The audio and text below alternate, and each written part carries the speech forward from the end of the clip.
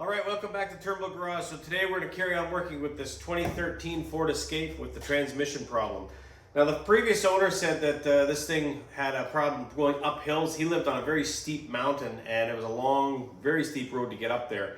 And it would no longer go up those hills. So he took it to his shop. They said there's metal shavings in the pan.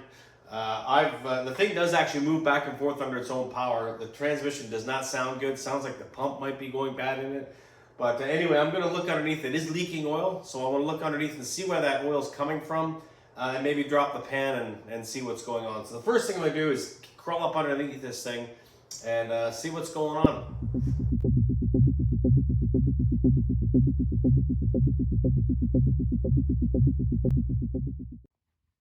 Okay, up underneath the vehicle, one thing I've already figured out is there's no oil pan on the transmission. Some of you guys who I'm sure are familiar with these cars are probably laughing at me right now. So yeah, it's one of these ones, I don't even see a dipstick. So I think these are pre-filled, or they just fill them in place with a certain amount of oil. I'm not sure. I'm gonna have to do a little bit of reading online. But there is a major leak, engine oil. It is puking oil like crazy, and it's up the back of the motor. Towards the top. It's just coming right down from the top of the motor. I'm not too sure what the heck it is. We'll have a look up from the top. So up top of the motor with the cover removed, if we look, see if I get my light on here, right at the back, there's an electrical connector right there, and that is covered in oil. So yeah, that is where I'm going to start looking. Pretty hard to get to, unfortunately, but that's where I think the issue is starting. So I'm gonna see if I can remove this cowl. It's definitely in the way, and yeah, we're just gonna start. Looks like this transmission is just gonna have to come right out. I'm not gonna screw around. Being all-wheel drive, it's gonna be a pain because there's a drive shaft coming to the back as well. But anyway, let's just get going.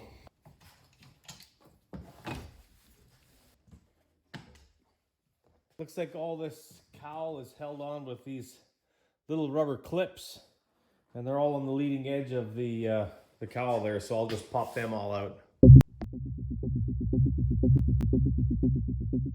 All right, with the cowl removed, there's the next sort of layer, and it looks to be held on by a couple of bolts there and there on each side. There might be more inside there underneath the windshield. I wouldn't doubt it. That'll be hard to get to. And also you're gonna have to disconnect the brake master cylinder reservoir. It's screwed onto the front edge. So let's see if we can get this next piece off.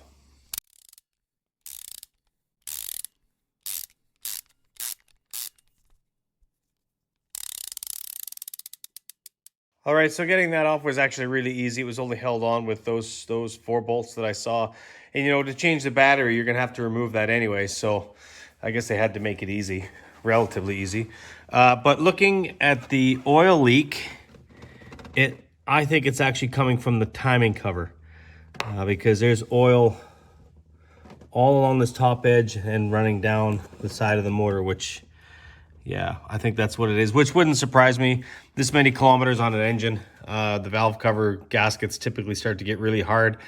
So I think the valve cover gasket's gonna have to come off.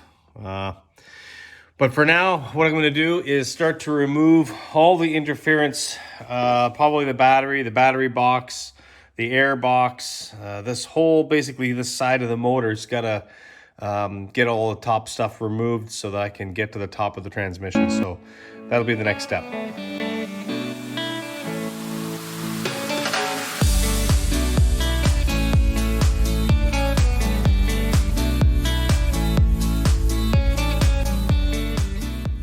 All right, we got the battery box out and the air box out, and my God, there's a lot of wires and hoses and crap that needs to get out of the way. Wire harnesses. I think I'm actually gonna have to take I think this is a removable, like a skid plate, because behind there is the intercooler pipe clamp, and I have to get that intercooler off the pipe off to get the transmission out. So I think that's gonna have to come off. Failing that, I'll just take the bumper off, but holy cow, yeah, that's a lot of work, man. Okay, so I did some reading and I think I'm going to actually put this back together and check the transmission oil level, because it sounded like it was low, and the only way to check it is there's a plug on the side of the transmission. You got to take the skid pan off the bottom, jack it up on all fours, have it level, and get it running till it's hot, and then check remove a plug off the side, and once the fluid starts to come out that hole, you're full. And where I just located that cap, that's just, I think, where you fill it. So, but before I do that, I'm gonna find out where this oil leak is, because it just leaks oil badly. So I'm gonna pop this valve cover off and see if I can find out where that oil leak is. Maybe go buy a new gasket and replace it right now. So that's the next step. It looks like there's a upper and a lower cover. This is like just a little cover on the top of the valve cover. So I pulled the spark plug coils off, and as you can see, they're all covered in oil, which would also lead me to believe it's the valve cover. I got that intermediate cover off, which now exposes the fuel rail and the injectors. And if you look down here, there is lots of wet oil. So it's a weird valve cover, man. That, I believe, will be the fuel pressure regulator. So it's got a hard fitting that goes across. I'm gonna have to take that off, I guess. And yeah, we're getting closer.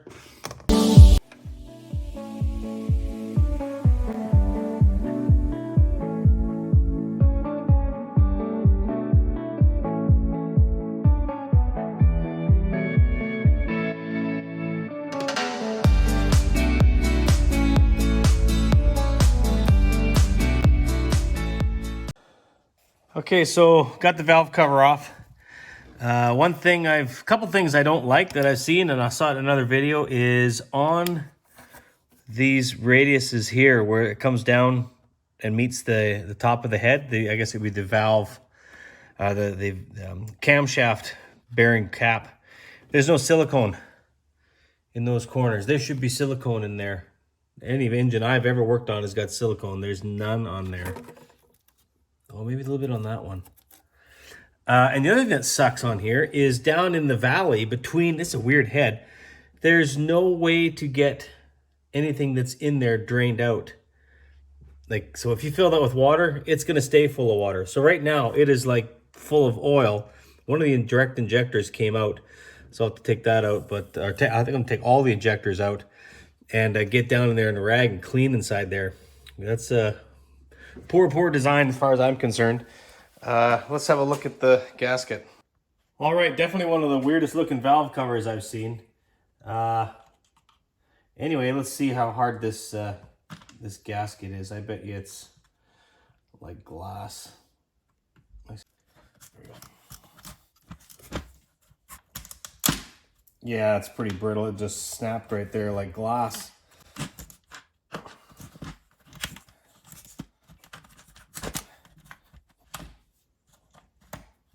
Yeah, that is really hard. Holy.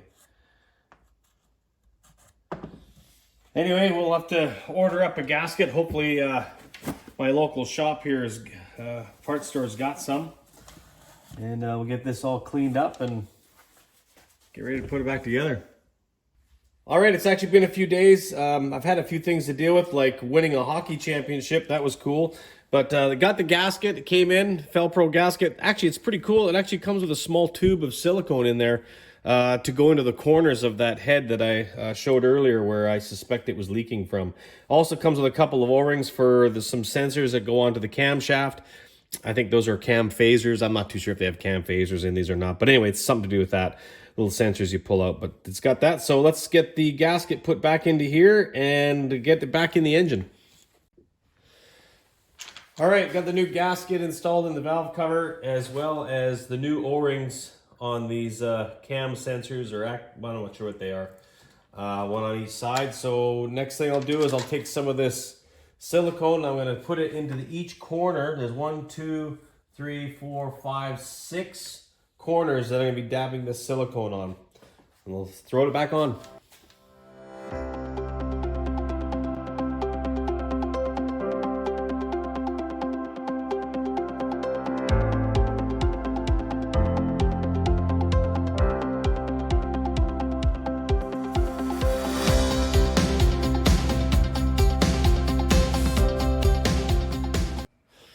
All right, valve cover's on. The cam sensor actuators, whatever they are back on. I got the wire harness for the injectors hooked up. They've got to plug in over here later. The next thing I'm gonna do is put this little weird rubber seal on top of the valve cover, and then there's this little plastic cover will go on top of that. So that's the next thing to do.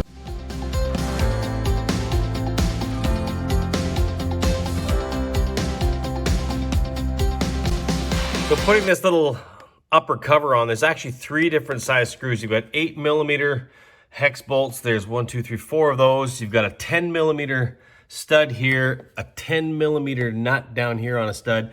And then over here by the fuel pressure regulator, you got 2 7mm screws. Kind of funny, Ford uses 3 different screws to take the one cover off. Kind of a pain. So I'm finding out this is an engine that you really do have to put back together in the exact order you took it apart, pretty much. I just put this intake tube or pressure tube on and realized I forgot to put this cover plate on, which goes on the back here that you will have removed to access the rear screws for the valve cover. So this has got to go on before you put that on. All right, so I got this thing back together. It's running, but the back of the motor and down underneath is so covered in oil. Before I really want to do anything, I want to degrease this thing. So I'm going to take this thing outside, spray a whole bunch of engine degreaser on the back, hose it off, and let it dry a bit. Then I'm going to bring it back into the shop, put it up on jack stands, and run this thing and see if that transmission is just low on oil. I'll check that access hole on the side, that bolt, to check the oil level. Fingers crossed all it is low on oil, and that's what's making the funny noise. It's a bit of a shot in the dark, but I really don't want to pull this transmission out if I don't have to. So I don't mind just putting this back together, check that, and if it is in fact done, we'll pull the transmission out. All right, I've taken this thing for a test drive, and it was smoking oil, and it was absolutely gushing oil again. And see if you can see it. You can just see the fresh oil under the corner of the rear of the valve cover gasket.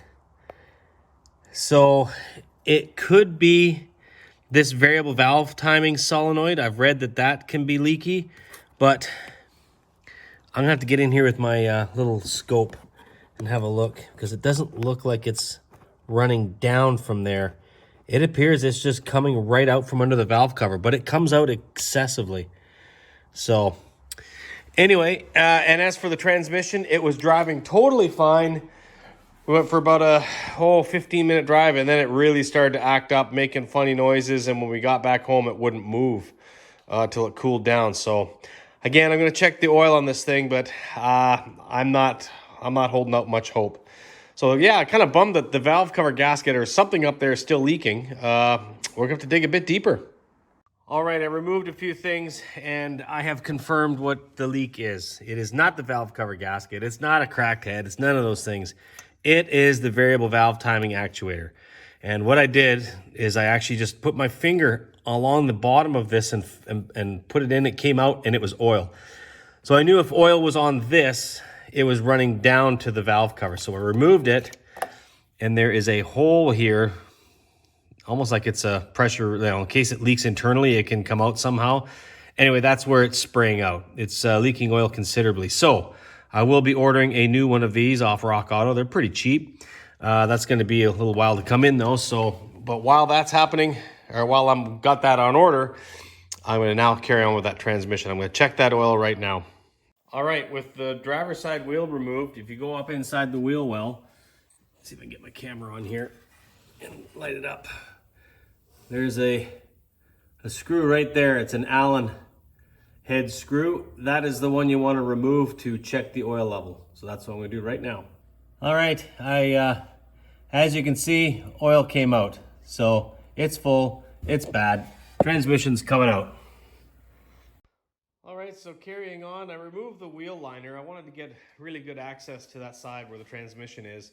And to remove that wheel liner, you kind of have to remove this trim off the outer fender. I broke just about every clip. That's fine. I'll just go buy some more. But really what was interesting, I wanted to show you, was this. Absolutely caked with dirt and mud inside there. And that will rust out your fender over time. So either you need to make an effort of trying to hose down in there often, or you might want to do what I just did and get that mud and debris out of there, because that will, let's have a look here. Let's have a look how much crap. Like that is just solid mud and dirt in there. So I'll let that dry out and I'll vacuum that all out too. So, but anyway, we're gonna carry on here. Okay, so I think that's gonna actually do it for this video. I gotta take a bit of a break. My knee is quite sore. I had a collision in hockey a couple nights ago and it's starting to really flare up. So I'm gonna have to stop here. But in the next video, we're gonna get this transmission pulled out, throw it on the tray over here and see what's going on inside. And hopefully at the same time, the variable valve timing solenoid will show up and we can change that real quick. But before I go, I'm going to leave you with some pictures inside the dressing room of my son and I. We both play on the same team, celebrating after winning the championship for our division. So I hope you enjoy those. Hope you enjoy this video and this project. And yeah, thanks a lot and have yourself a great day.